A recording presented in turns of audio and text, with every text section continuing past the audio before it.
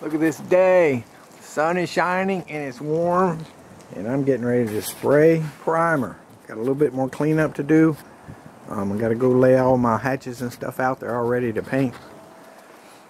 This is awesome.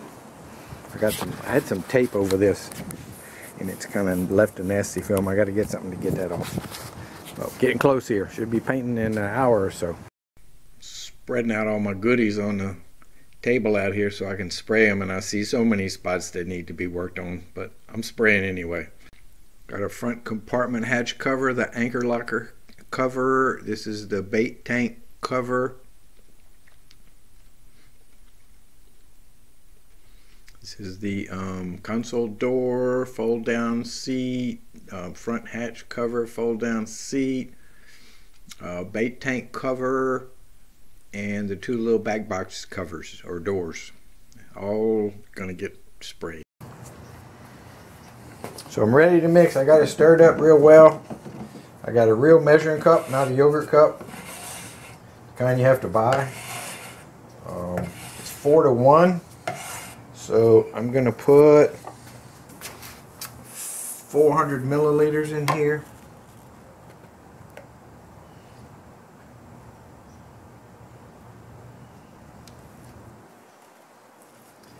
And 100 of the hardener, and that'll bring it up to 4 to 1. I hate that all this stuff in here, but by the end of the day there might not be much paint left in here.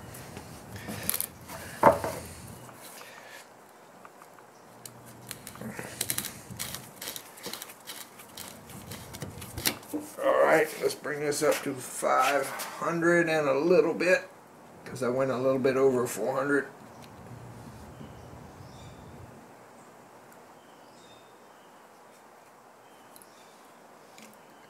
Okay, mix it up, let it sit for a second, go wipe down all my stuff again with acetone, and then we'll pour it in the paint gun and see what I can do. My son who paints planes, he just went through the paint gun, so it should be working correctly. So if we have issues, it's on moi.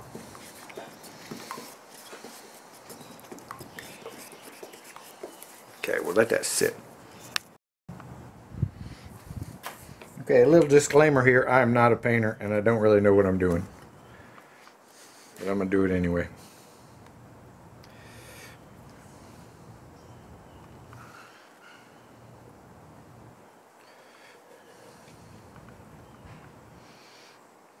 It's really windy outside. I'm going to get a bunch of junk in the paint. And it's okay now for this as a primer, but I think when I do the final coat, I think I'll bring the boat to the foundry on the trailer, because there's no trees there. So even if the wind blows, there's not as much junk blowing around the air. We got Buku's trees here. Okay, let's go paint.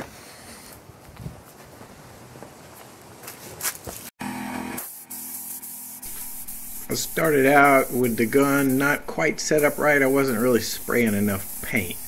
And I had a habit of painting away from me, starting at the near edge and moving out, and what happens is I keep bumping the canister into the wet paint. So I really need to learn to paint away from me and come toward me, but you know, I'm a slow learner, so it took a while.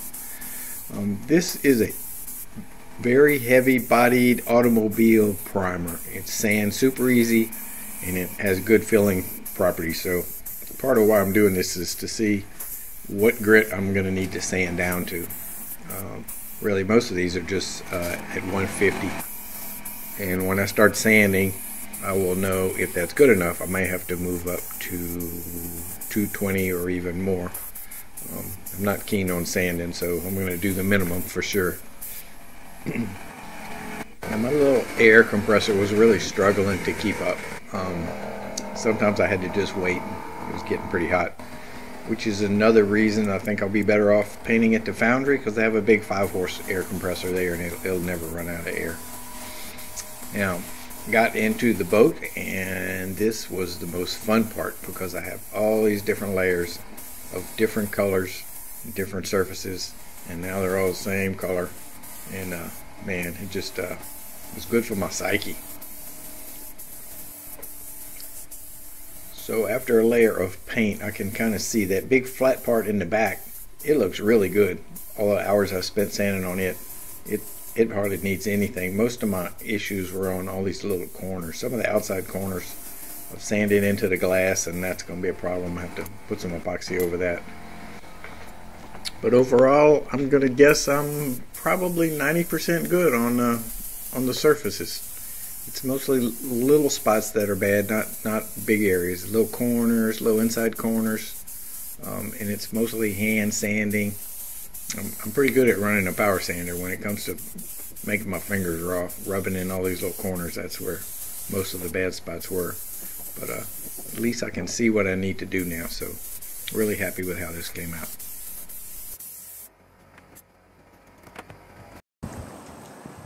Okay, it's almost 1 o'clock in the afternoon, 2 hours past my lunchtime, and I'm shaking. I'm so hungry, but I didn't want to stop. So I got a lot sprayed. Now, was the boat ready for primer? Probably not, but I was ready. So it shows me that probably 85% of the boat is done, and I just need to concentrate on the 15%. And this is a huge mental lift because it kind of has been looking the same for like, I don't know, a month or two. It's been kind of frustrating, but this is huge. Most of my work looks good. Lots of corners need work. All my flat work got sprayed. Some of it got 2 coats. So go get some food, and this afternoon I'm going to make some white epoxy and paint up underneath here so that I can start putting the stuff back.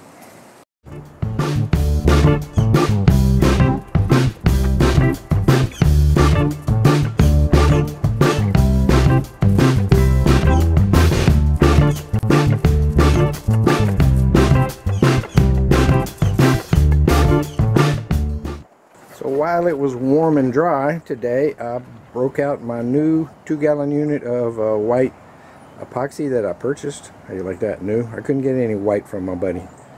And I recoated down in there, which I had coated before, but it had got gross. And I coated some on the floor because I had some left over. And I coated this part of the boat that never had a coating on it. That's original.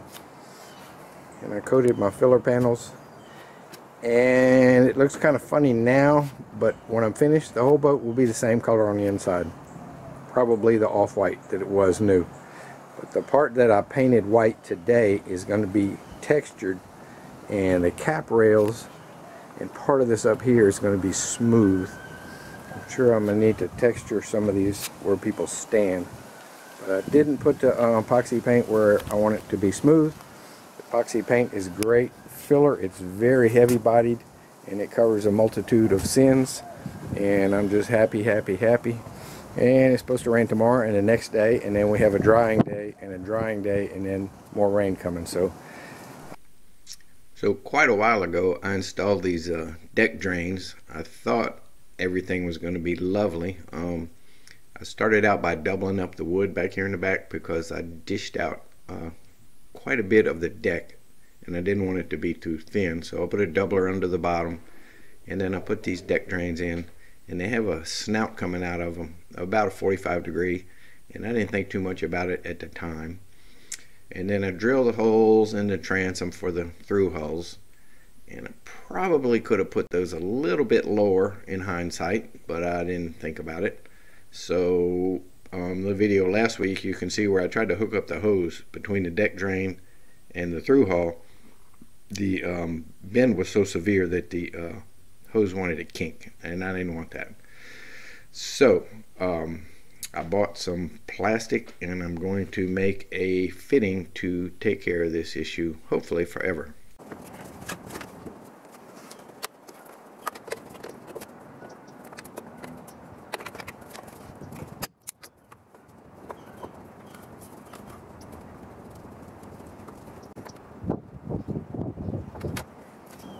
Yeah, that was pretty tricky because I can only get one hand in there and you really need 3.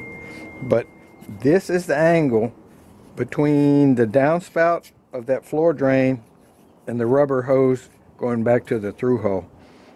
So this is the flange of the downspout. So I'm going to make this angle in fiberglass and put a short hose here and a short hose here, because when I try to bend the hose there, it kinks. And having a kinked hose in the floor drain is not a good thing. If you're stupid enough or unlucky enough to get water over the sides of the boat, you want it to go away really, really quickly. You don't want to wait for it to go through a kink. So I bought this fiberglass tube from McMaster Car. It's pretty substantial. It's a full 1/8 inch wall. So my plan is to put the hose over the end of it. And to get 2 hose clamps on it, I need to have this much barb an inch. These are 1/2 inch clamps. So this is my little pattern. This is the bottom edge of the deck fitting. So the hose will go over this part, and it needs to go over this part, which will be made out of fiberglass, and it needs to go this far. And then I need some room to glass this fiberglass where I'm going to cut it and bend it. So that's about here. So I can't quite get this straight angle. It's going to be more like this, which is okay, because right now, let's see what's happening. When I've drilled the hole through the transom and put that through hole there, it's facing up at about 10 or 12 degrees because the transom leans back that far. So this is actually going uphill a lot. So dropping it down a little bit, it may hold just a little bit of water, but I don't think it's going to hold very much. So I'm going to cut these and try to get this angle right, and just butt join them, just glue them together with epoxy.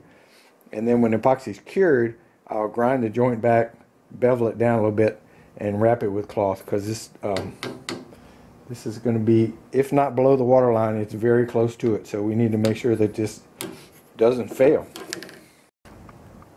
Okay, they're cut and they're fit and they're dry clamped. I'm going to go mix up a little epoxy, and we're going to glue them together and just leave them alone for the day. So I've got the joint glued together, and I got a short piece of hose on it, but it is long enough to get 2 clamps. I'm going to do a test fit just to make sure it's going to work. If I can get it under there.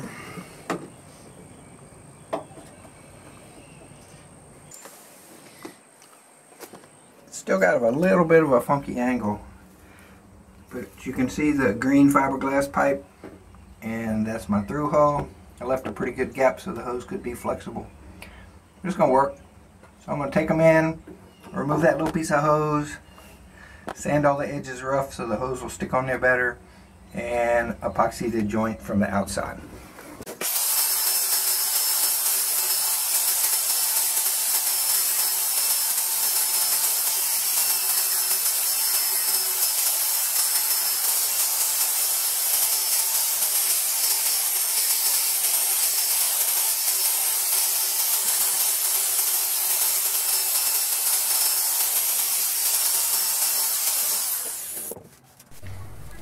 Now this is 6-ounce fiberglass tape. It's hemmed on both sides, which makes it nice. You don't get all the stringy stuff all over the place, but it also keeps it from being totally flexible.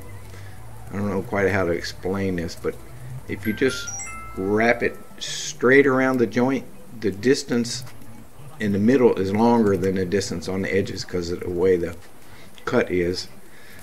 And it wants to wrinkle because it can only get distorted so much because the edges are sealed. So by going up high, down low, in the middle, up high, down low, in the middle, I was able to get it wrapped nice and tight without any wrinkles. It really went on there really good.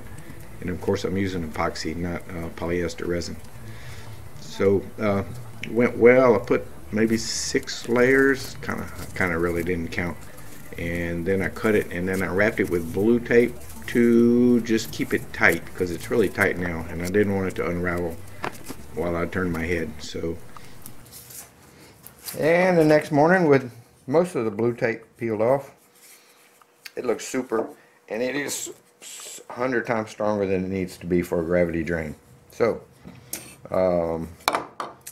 I would like to have video putting this in the boat, but it's raining and it's Thursday, so I'm going to go ahead and wrap this up and we'll just catch the installation on another day.